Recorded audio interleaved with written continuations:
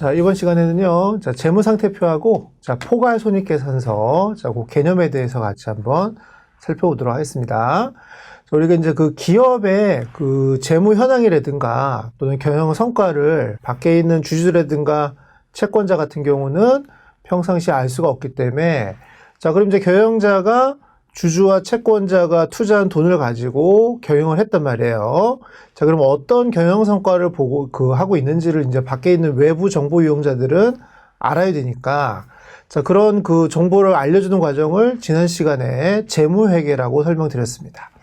자, 그럼 재무회계의 수단이 바로 뭐냐? 재무제표죠. 재무제표. 그래서 재무제표는 경영자가 그 주주하고 채권자들에게 정보를 제공해주는 수단이다라고 보시면 되고요. 자, 근데 앞서도 설명드린 것처럼 이 재무제표는 경영자가 주관적으로 만들면 안 되고요. 자, 어떤 법규에 의해서 만들어야 되는데 그 법규를 우리가 회계 기준이다라고 설명드렸고요. 그럼 현재 회계 기준에 따르면 재무제표는 화면에서 보시는 것처럼 5가지로 구성이 된다고 보시면 되겠습니다. 자, 첫 번째가 재무상태표, 두 번째가 포괄손익계산서고요. 이 두 가지에 대한 개념은 이번 시간에 설명드리도록 하고요. 자, 세 번째가 자본변동표고 네 번째가 현금흐름표인데 이 세 번째 재무제표와 네 번째 재무제표는 우리 그 왕초보가 배우기에는 좀 어렵습니다. 그래서 우리 이번 강의 왕초보를 위한 회계 튜토리얼 시간에는 자본변동표랑 현금흐름표 그 설명은 생략하도록 하겠습니다. 왜냐면 너무 어려워서. 자, 그 다음에 주석이라는 건 뭐냐면, 주석이라는 건, 자, 재무제표 5개 중에 위에 설명드린 4가지는 전부 숫자로 돼 있어요. 뭐 자산이 얼마다, 부채다 얼마다, 뭐 자본이 얼마다 이렇게 돼 있다면, 자, 그러면 그 자산이 어떤 방식으로 계산이 되었는지, 예를 들면 우리가 감가상각이라는 걸 한다면, 감가상각이라는 것도 여러 가지 방법이 있거든요. 그럼 어떠한 방법을 통해서 이런 숫자가 나왔는지를 말로써 부연 설명을 해줘야겠죠. 그죠? 그래서 주로 이제 숫자보다는 어떤 문장으로 설명해주는 재무제표를 주석이라고 보시면 되고요. 그래서 주석은 재무상태표, 포괄손익계산서, 자본변동표, 현금흐름표 이 4가지를 설명해주는 재무제표다라고 보시면 되겠습니다. 그래서 재무제표는 다시 한번 설명합니다.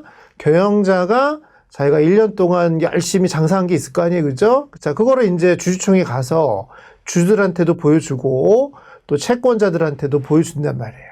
자, 그러면 그때 보여주는 수단을 우리는 재무제표라고 하고, 그럼 재무제표를 보는 사람들은 주로 주주다라고 생각하는 거죠. 그럼 현재 회계 기준에 따르면 재무제표는 4+1. 4개는 주로 숫자로 되어 있고, 추가적인 하나는 이제 주로 설명 위주로 되어 있다고 보시면 되고요. 우리 이제 왕초보 입장에서 배워야 될 재무제표는 재무상태표랑 포괄손익계산서. 그죠? 재무상태표랑 포괄손익계산서. 이 2가지로 오늘은 중점적으로 설명한다라고 보시면 되겠습니다. 그럼 첫 번째 이제 재무상태표라는 건 말 그대로 기업의 재무 상태를 정보 이용자에게 보고해 주는 거예요. 자, 재무상태라는 건 영어로 financial position이라고 합니다. 자, 그럼 재무상태라는 게 도대체 뭐냐?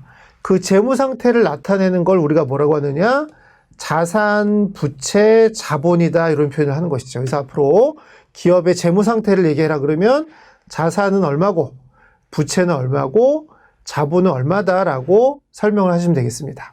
자, 조금 이따 설명드리겠습니다면 화면에 보시는 것처럼 요 자산의 크기와 부채와 자본을 합한 크기가 같죠. 항상 같습니다. 그래서 자산은 부채 더하기 자본과 항상 그 크기가 같게끔 만들어주는 게 우리 회계 규칙이라고 보시면 되고, 어쨌든 재무상태표는 기업의 재무상태를 정보 이용자한테 보고해주는 표인데, 재무상태가 뭐냐 이렇게 물어보면 자산, 부채, 자본이다 이렇게 얘기하시면 되겠죠. 그럼 도대체 이제 자산은 무엇이고 부채는 무엇이고 자본은 무엇이냐 이게 궁금하겠죠. 그죠? 자, 그걸 설명하도록 하겠습니다. 자, 자산 영어로 이제 asset이라고 합니다. asset. 자산은 기업이 가지고 있는 경제적 자원이라고 보시면 돼요. 경제적 자원. 자, 그럼 그 자산 안에는 현금이라는 자산이 있을 수도 있고요. 또 물건을 그 장사하기 위해서 가지고 있는 재고 자산이라는 것도 있습니다. 또 건물이라든가 토지와 같은 그런 것들을 우리는 다 자산이다라고 하고요. 그럼 그 자산의 주인들이 있을 거 아니에요.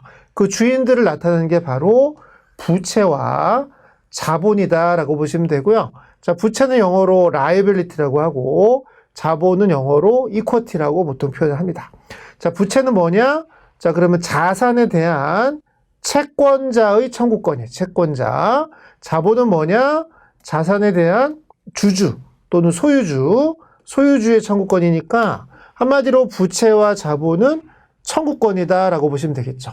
그럼 금방 설명드린 것처럼 자산에 대한 채권자의 청구권이 부채고 자산에 대한 주주의 청구권이 자본이니까 부채하고 자본을 더한 그 크기가 항상 자산과 같아야겠죠. 자산과 같아야 된다는 거를 명심을 해주시기 바라겠습니다. 자, 그럼 이제 우리 그 교재에서 여러분들이 보시는 대표적인 사례를 보자는 거죠.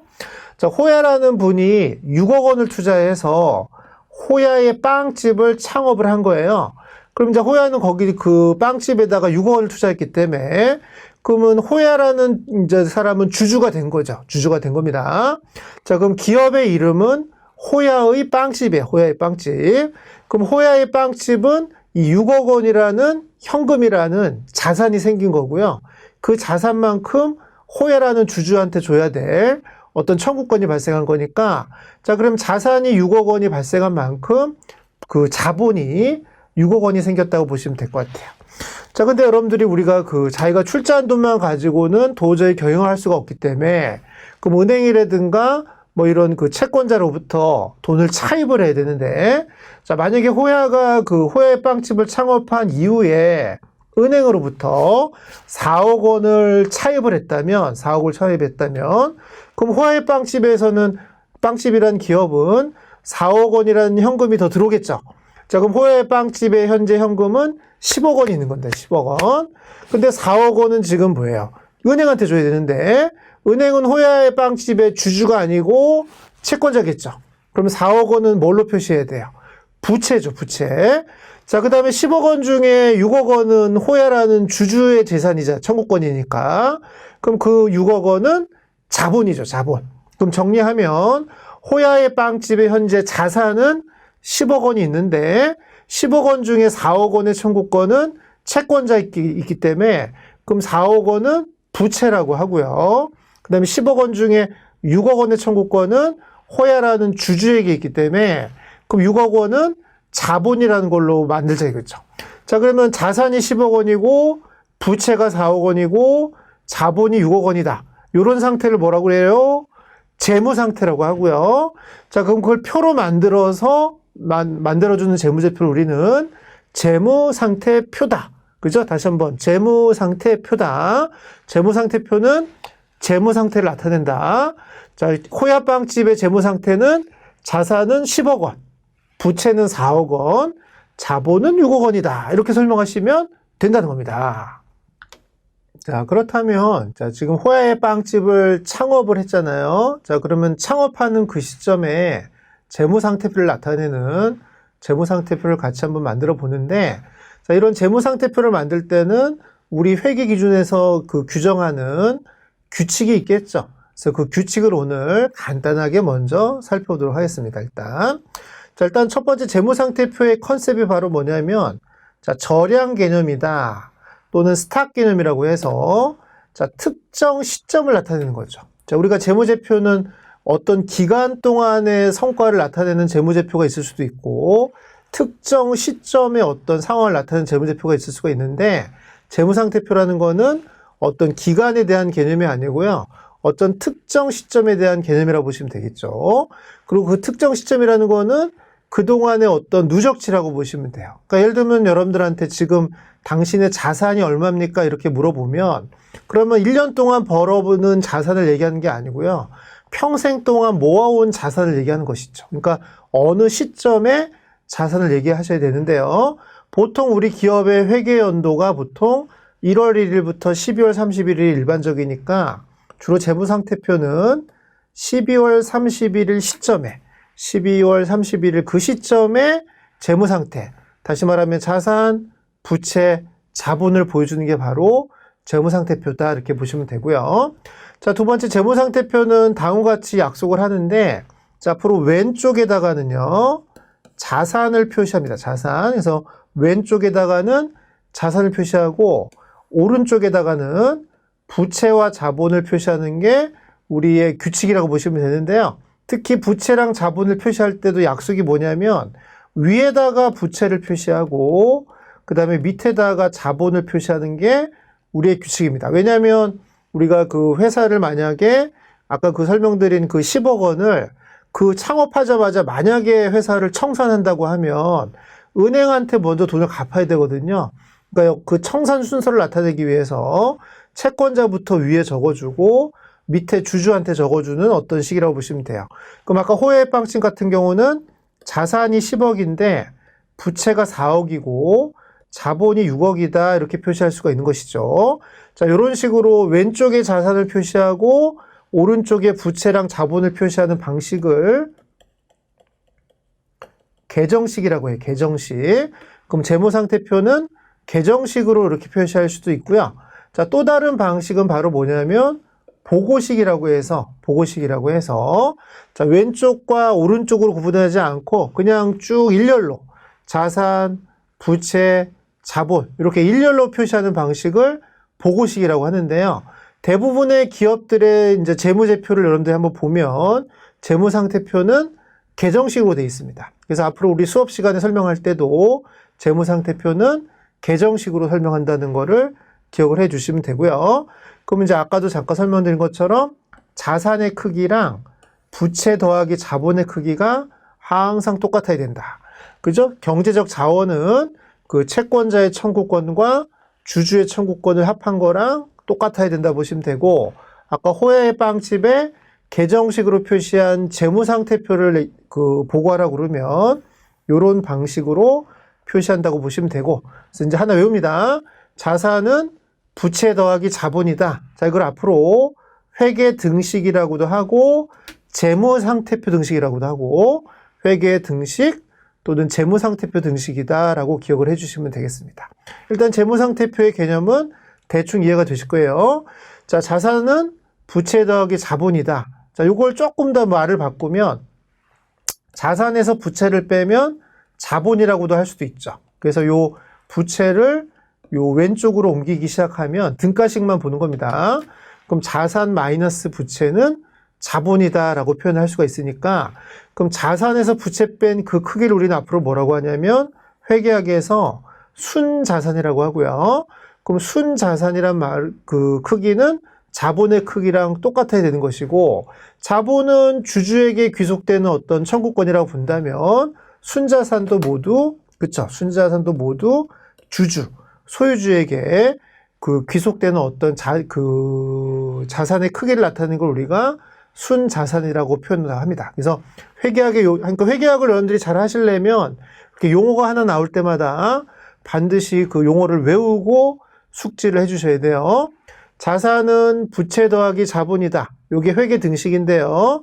회계 등식을 조금 변형한다면 자산에서 부채를 빼면 자본이 나오는데 자산에서 부채 뺀 그 크기를 우리는 순자산이라고 한다면 그럼 순자산과 자본은 크기가 동일하다. 그럼 자본은 주주에게 귀속되는 청구권이라고 했으니까 순자산이란 그 크기도 주주에게 귀속되는 청구권을 의미한다라고 보시면 되겠습니다. 이제 이런 게 바로 재무상태표에서 표현하고자 하는 재무상태의 다양한 어떤 그 관계들, 자산과 부채와 자본의 관계다라고 보시면 되고, 실제 여러분들이 뭐 삼성전자나 현대자동차나 네이버라든가 뭐 SK 하이닉스라든가 여러분들이 원하는 어떤 기업의 재무제표를 이제 우리가 앞에 설명드린 것처럼 다트라는 사이트에서 다운로드를 받아서 이렇게 보게 된다면 그 안에 물론 이제 여러 가지 계정이라는 걸로 표현해서 정보가 복잡해 보일 수는 있습니다만 이 큰 틀은 벗어나지 않는 것이죠. 그럼 삼성전자의 자산이 얼마다? 그럼 그 자산만큼은 삼성전자라는 기업이 가지고 있는 경제적 자원이라고 해석을 하시면 되고요. 삼성전자 재무상태표에 부채가 얼마다? 그러면 그 삼성전자가 가지고 있는 자산에 대한 삼성전자 채권자의 청구권이라고 보시면 될 것이고 그다음에 삼성전자의 자본 또는 순자산이 얼마다 이렇게 계산이 나온다면 삼성전자가 가지고 있는 자산에 대한 삼성전자의 주주들이 있을 거 아니에요? 그럼 그 주주들의 어떤 청구권의 크기를 나타내는 거다. 이 기본적인 개념은 변함이 없다는 겁니다. 우리가 아직 왕초 보니까 그 아주 세밀한 부분까지는 이해가 좀 떨어진다 하더라도 큰 그림은 변함이 없으니까 그렇게 조금씩 배워나가는 거예요. 그러면서 이제 삼성전자가 이해가 됐으면 SK 하이닉스를 본다든가 네이버를 본다든가 LG화학을 본다든가 여러분들이 관심이 요즘 주식 투자 여러분들이 많이 유행하니까 여러분들이 원하는 어떤 그 해당하는 주식이라면 반드시 해당되는 기업의 재무제표가 있단 말이에요. 그럼 그 재무제표를 앞서 설명드린 다트라는 사이트에서 여러분들이 검색을 해서 다운로드를 받아서 이렇게 펼쳐보면 이 식에서는 항상 이 회계 등식 또 재무상태표 등식이 항상 성립하니까 그런 식으로 조금씩 재미를 들으란 말이에요. 재무제표를 여러분들이 이용을 하는 재미를 느끼면 그 회계가 재밌습니다. 여러분들이. 그래서 회계는 뭔가 자기가 좀 그 배워나가면서 회계를 배우기 전보다 회계를 배우니까 더 많은 정보가 보이고 해석이 되더라. 이러면 회계를 배우시는 재미들이 납니다. 일단. 튜토리얼만으로 레벨업. 만화 왕초보를 위한 회계 튜토리얼. 만화 왕초보를 위한 회계 튜토리얼이 제안하는 회계 공부 3단계.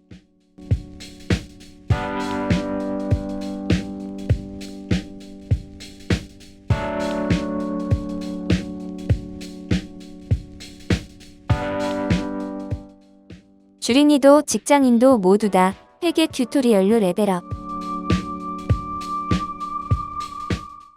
회계, 이제부터 쉽고 재미있게 공부하세요.